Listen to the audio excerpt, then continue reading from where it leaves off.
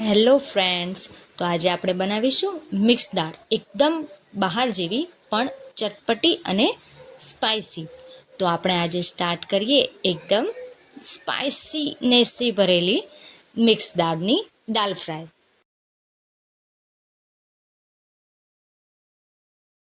એના માટે આપણે જોઈશે મિક્સ દાળ, જેને આપણે સાદા પાણીથી 2 થી 3 વાર ધોઈ લીધી છે. અને તેમાં આપણે હવે એડ કરીશું સ્વાદ પ્રમાણે મીઠું.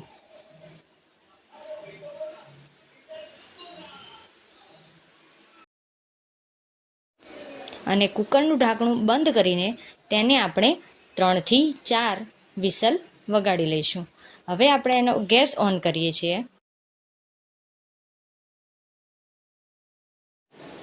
દાળ સરસ રીતે બફાઈ ન જાય ત્યાં સુધી આપણે એને ગેસ ઉપર થવા દઈશું. અને જ્યાં સુધી દાળ ચડે છે ત્યાં સુધી આપણે તેની ગ્રેવીની તૈયારી કરી લઈએ. તેના માટે આપણને ટમેટાં, મરચાં, લસણ, આદું અને ડુંગળી જોઈશે. તો સૌપ્રથમ આપણે ટમેટાને કટ કરી લઈએ અને એને ઝીણા ઝીણા સમારીશું કે તે જલ્દીથી ચડી જાય. એવી જ રીતે એક ડુંગળી લઈશું, તેને પણ આપણે એક નાના નાના ટુકડા અથવા તો સ્લાઇસમાં આપણે એને કટ કરી લઈશું કે એ પણ જલ્દીથી ચડી જાય. એમાં આપણે તીખી મરચાં, કે જે સાવ ઝીણી અને તીખી મરચી આવે છે એવી આપણે 2-3 મરચી, 2-3 લસણની કળીઓ એને પણ સમારી લઈશું. અને આદુને સ્લાઇસર કે આ છીણીની મદદથી તેને છીણી લઈશું. હવે આપણે ગેસ ચાલુ કરીએ. તેની ઉપર એક કઢાઈ રાખીને તેમાં તેલ એડ કરીશું. તેલની સાથે આપણે ઘી પણ એડ કરી લઈશું. જો કોઈને ઘી ન ફાવે તો એકલા તેલમાં પણ વઘાર કરી શકે છે.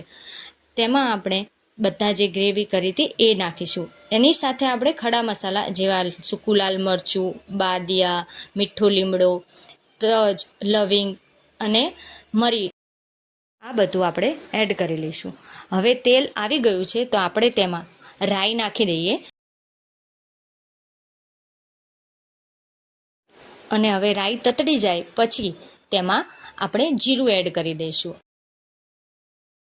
બાદ તેમાં હિંગ નાખીશું અને એના ઉપર આપણે બધા ખડા મસાલા કે જે મરચું, લીમડો એ હતો એ બધા આપણે એમાં નાખી દઈશું.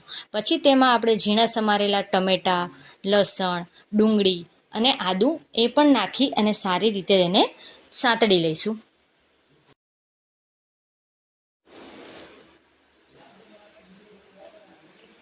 ત્યારબાદ આપણે તેમાં જરૂર પ્રમાણે, એટલે કે જેટલા મસાલા છે અને ગ્રેવી છે એ ચડી જાય એટલું જ આપણે મીઠું નાખીને તેને ફરીથી સાંતળી લઈશું.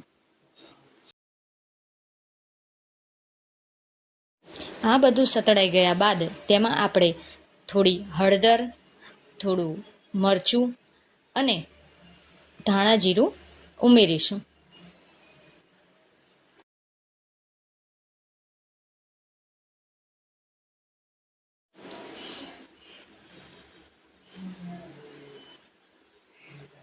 પછી તેમાં થોડો ગરમ મસાલો, કે જે મેં પંજાબી સબ્જી માટે ઘરે બનાવેલો હતો, તે આપણે નાખીને તેને હવે સારી રીતે બધું મિક્સ કરી દઈએ. જરૂર પૂરતું, એટલે કે થોડુંક જ પાણી, 3 થી 4 ચમચી પાણી એડ કરીને તેમાં આપણે સારી રીતે તેને મિક્સ કરી લઈશું કે જેમાં મસાલા બળી ન જાય ત્યાં સુધી. હવે આપણે જોઈ લઈએ કે આપણી દાળ સારી રીતે બફાઈ ગઈ છે કે નહીં. હા, આપણી દાળ હવે સરસ રીતે બફાઈ ગઈ છે. હવે તેને આપણે ચેક કરી લઈએ કે ક્યાંય દાજી તો નથી ગઈ, કે ક્યાંય તે કાચી તો નથી રહી ગઈ ને. તેમાં આપણે જરૂર પ્રમાણે, કે જેને કોઈને ઘાટી કે પતલી જેવી પણ દાળ જોઈએ એ પ્રમાણે આપણે એમાં થોડું પાણી એડ કરી દઈશું. અને જે વઘાર કરેલો આપણો જે ગ્રેવી હતી તે બધા મસાલા આપણે એની અંદર નાખી દઈશું.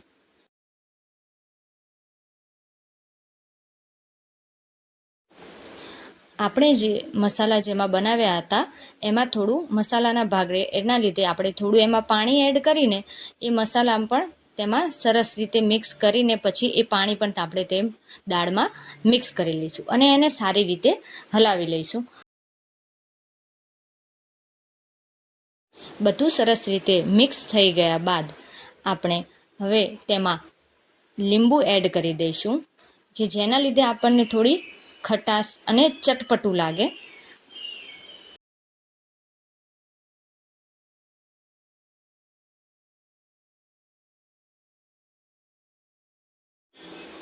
અને તેમાં આપણે જરૂર પ્રમાણે જે પાણીના ભાગનું આપણે મીઠું તેમાં આપણે એડ કરી લઈશું અને સરસ રીતે મિક્સ કરીને હવે ફરીથી આપણે ગેસ ચાલુ કરીને તેને ઉકાળી લઈશું.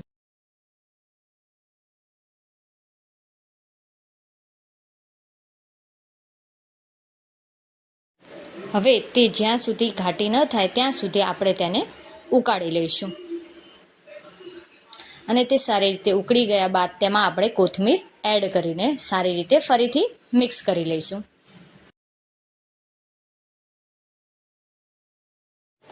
હવે આપણે એક વઘારિયામાં થોડું તેલ એડ કરીને તે ગરમ થાય પછી તેમાં કાશ્મીરી લાલ મરચું એડ કરીએ.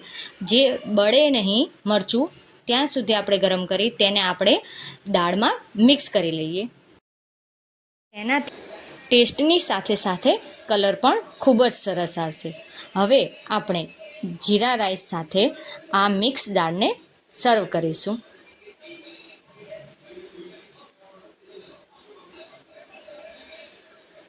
અને જે જીરા રાઈસ છે એની ઉપર પણ આપણે કોથમીર અને થોડું ઘી નાખીશું.